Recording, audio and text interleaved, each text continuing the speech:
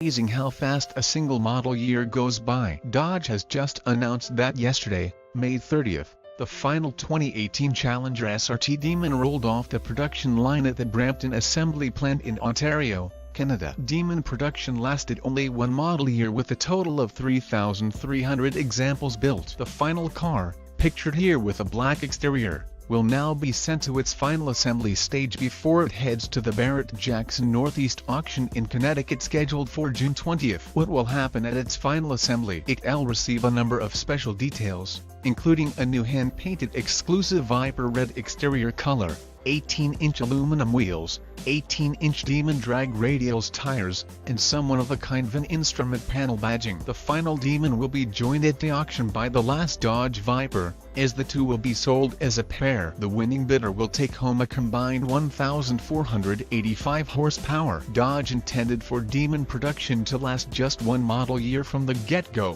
which not surprisingly caused a flurry of dealership and other online markups, despite the automaker's best efforts to prevent that.